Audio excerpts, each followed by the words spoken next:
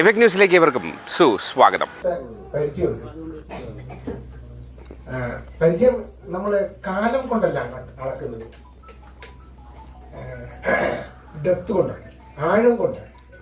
നമ്മള് പരസ്പരം സ്നേഹം അളക്കുന്നത് ഒരിക്കലും കാലം കൊണ്ടല്ല. ദീർഘനാളത്ത് കാലം കൊണ്ടുള്ള സ്നേഹം ഉണ്ടെങ്കിലും ഡെപ്ത് ഇല്ലെങ്കിൽ, ആഴമില്ലെങ്കിൽ ആ സ്നേഹബന്ധത്തിന് വിലയില്ല എന്ന് പറയും. വളരെ ചുരുങ്ങിയ നാളുകളേ ഉള്ളൂ, പക്ഷെ അദ്ദേഹം നമ്മുടെ ഹൃദയത്തിൽ ചേക്കേറിയ പ്രധാന കാരണങ്ങളൊന്ന്, നമ്മള് പരസ്പരം ചിരിക്കാൻ മറക്കുന്ന കാലഘട്ടത്തിലാണ് നമ്മൾ ജീവിച്ചുകൊണ്ടിരിക്കുന്നത്. പരസ്പരം സ്നേഹിക്കാൻ മറക്കുന്ന കാലഘട്ടത്തിലാണ് ജീവിച്ചുകൊണ്ടിരിക്കുന്നത്. അപ്പൊ അത്തരത്തില് ജീവിക്കുന്ന ഒരു കാലഘട്ടത്തില് നമ്മൾ ഒരു മനുഷ്യനെ മനുഷ്യനായി കാണാൻ കഴിയുന്ന ഒരു സാഹചര്യം ഒരുക്കുക എന്ന് പറയുന്നത് അതൊരു നിസ്സാര സംഭവമല്ല. മനുഷ്യനെ കാണാൻ കഴിയുന്ന ഒരു കാലഘട്ടം, അത് നമ്മള് അങ്ങനെ ഒരു കാലഘട്ടത്തിൽ ജീവിക്കാൻ ഞാൻ കൊതിക്കുകയാണ്. നമ്മളെല്ലാവരും അങ്ങനെ ഒരു കാലഘട്ടത്തിന്റെ പ്രതിനിധികളാവാൻ നിങ്ങൾക്കൊക്കെ കഴിയട്ടെ, എനിക്ക് കഴിയട്ടെ എന്ന് ആഗ്രഹിക്കുകയാണ്. കാരണം അത്രമാത്രം വിഷലിപ്തമായ ഒരു അന്തരീക്ഷത്തിലാണ് നമ്മളൊക്കെ ജീവിച്ചുകൊണ്ടിരിക്കുന്നത്. നമ്മൾ കുടിക്കുന്ന വെള്ളത്തിന് വിഷം, നമ്മൾ കഴിക്കുന്ന ഭക്ഷണത്തിന് വിഷം, എന്തിനേറെ നമ്മുടെ ചിന്തകളിൽ പോലും വിഷലിപ്തമായ അവസ്ഥയുള്ളപ്പോഴാണ് മനുഷ്യനെ മനുഷ്യനായി കാണുന്നതിന്റെ പ്രസക്തി.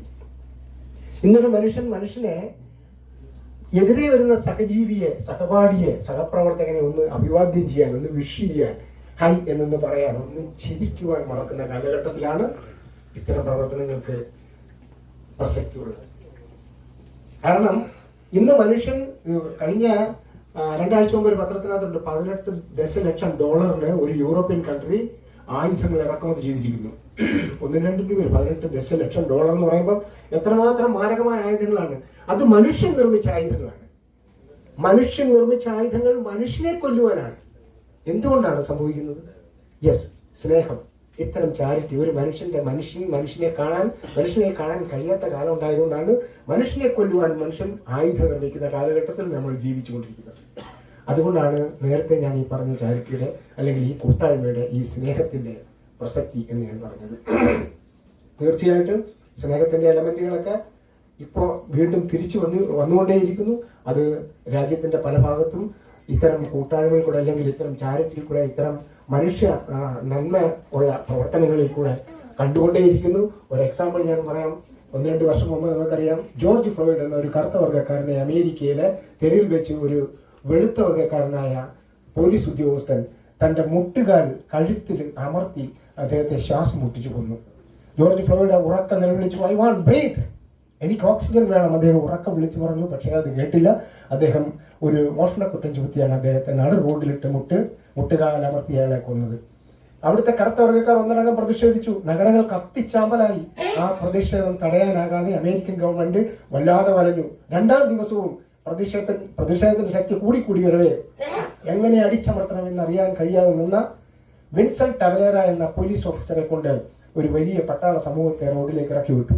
എതിരെ വന്ന പ്രതിഷേധക്കാരെ വെടിവെച്ച് തകർക്കാൻ ഒരു വലിയ കൂട്ടം പട്ടാളക്കാരെയും ആയുധങ്ങളും ഏന്തി നിന്ന അവർ എതിരെ വന്ന പ്രതിഷേധക്കാർക്ക് നേരെ വിൻസെന്റ് ടവലേറ എന്ന പോലീസ് ഓഫീസർ മുന്നിലേക്ക് കയറി വന്ന് തന്റെ കയ്യിലിരുന്ന LMG ലൈറ്റ് മെഷീൻ ഗൺ ദൂരേക്ക് വലിച്ചെറിഞ്ഞ് മുട്ടുകുത്തി നിന്നുകൊണ്ട് അവരോട് ഉറക്കം വിളിച്ചു പറഞ്ഞു, നിങ്ങൾ പ്രതിഷേധിച്ചോളൂ, നിങ്ങളെ എനിക്ക് വെടിവെക്കാൻ കഴിയില്ല, കാരണം നിങ്ങൾ എന്റെ സഹോദരങ്ങളാണ്. കൂടെയുള്ള എല്ലാ പട്ടാളക്കാരും അതുപോലെ തന്നെ മുട്ടുകുത്തി നിന്നുകൊണ്ട് കയ്യിലുള്ള ആയുധം വലിച്ചെറിഞ്ഞുകൊണ്ട് ഉറക്കം വിളിച്ചു പറഞ്ഞു, നിങ്ങൾ പ്രതിഷേധിച്ചോളൂ, പക്ഷേ അക്രമാസക്തരാവരുത്, നിങ്ങളെ ഞങ്ങൾക്ക് വെടിവെക്കാൻ കഴിയില്ല, ബിക്കോസ് നിങ്ങൾ ഞങ്ങളുടെ സുഹൃത്തുക്കളാണ്, ഞങ്ങളുടെ സഹോദരങ്ങളാണ്. പിന്നീട് നമ്മളെല്ലാവരും ടിവിയിൽ കണ്ടതാണ്, കൊല്ലാൻ നിന്നവരും കൊല്ലാൻ നിന്നവരും എല്ലാവരും തമ്മിൽ പരസ്പരം കെട്ടിപ്പിടിക്കുന്നതും ആലിംഗനം ചെയ്യുന്നതും കണ്ണീർ വാർക്കുന്നതും. എന്തുകൊണ്ടാണ്?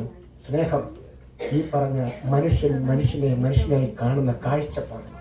സ്നേഹം എന്ന എലമെന്റ് മനസ്സിലുണ്ടായതുകൊണ്ട് മാത്രമാണ്.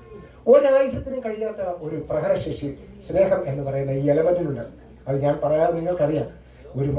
ഒരു മനുഷ്യനെ സ്നേഹിക്കാൻ പറയുന്ന ഏറ്റവും, എനിക്ക് തോന്നുന്നു സാർ, ഒരു മനുഷ്യനോട് എനിക്ക് നിന്നെ ഇഷ്ടമാണെന്ന് പറയാൻ പറ്റുന്ന ഏറ്റവും മനോഹരമായ പൊസിഷൻ മുട്ടുകുത്തി നിൽക്കലാണെന്ന് തോന്നുന്നു.